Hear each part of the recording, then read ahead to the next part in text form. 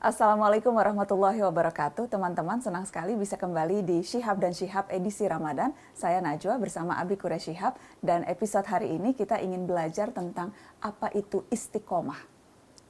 Istiqomah, Abiku. Istiqomah itu terambil dari kata qama. Qama itu sebenarnya melaksanakan sesuatu dengan benar dan sempurna. Itu sebabnya sholat, aqimus sholat. Bukan berarti dirikan, tapi laksanakan secara sempurna. Dan ini. Nah, istiqamah adalah benar-benar berupaya untuk melaksanakan tuntunan Allah secara sempurna, secara baik. Nah, konsisten dalam hal tersebut.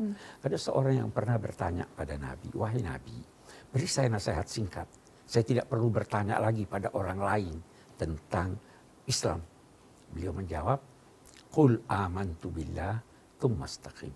Tanamkan di dalam hatimu sambil mengucapkan, "Aku percaya pada Allah." Lalu konsistenlah, istiqamalah menyangkut kepercayaan itu. Ketuhanan yang Maha Esa itu mutlak. Itulah yang berpancar darinya sekian banyak nilai-nilai. Berpegang teguhlah kepada itu.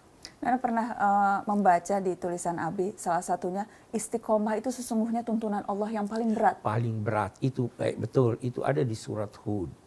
Nabi pernah ditanya, apa yang paling berat? Beliau menjawab, perintah Allah agar saya wastaqim kama umir wa man taba ma'ak. Istiqamalah sebagaimana engkau diperintahkan.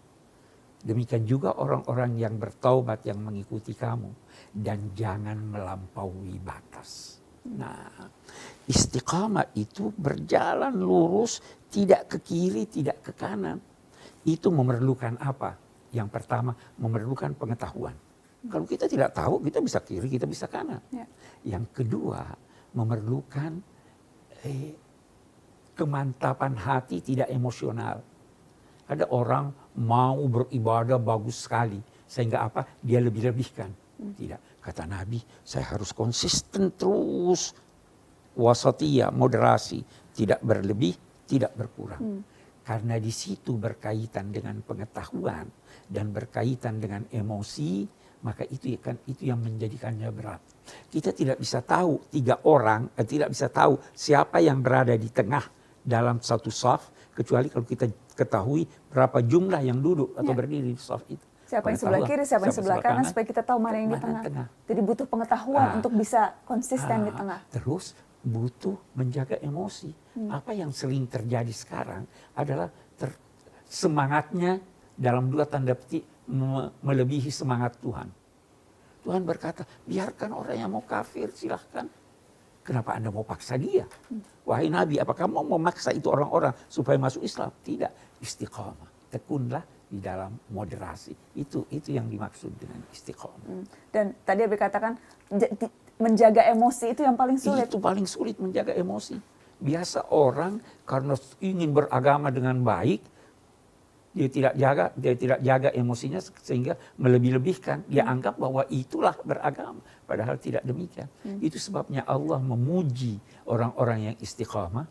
Orang-orang yang istiqamah itu, innalladzina qalu rabbunallah tsumma istaqamu, orang yang berkata Tuhan kami Allah, lalu dia istiqamah, malaikat turun kepadanya, membimbingnya. Karena apa? Dia istiqamah sehingga dapat bimbingan dari para malaikat. Oke, insya Allah mudah-mudahan kita semua masuk dalam orang-orang yang selalu berusaha untuk istiqomah. Abi, Nana mau minta doa hari ini sesuai yang kita bahas soal istiqomah. Iya, kita ada salah satu doa tidak harus berkaitan dengan istiqomah, tapi menyeluruh. Itu diajarkan sejak Abi di pesantren, itu selalu baca itu. Allahumma inna nas'aluka fahman nabiyyin wa hifdzal mursalin. Allahumma aghnina bil ilm wa zayyinna bil hilm wa akrimna bit taqwa wa jammilna bil afiyah bi rahmatika ya arhamar rahimin.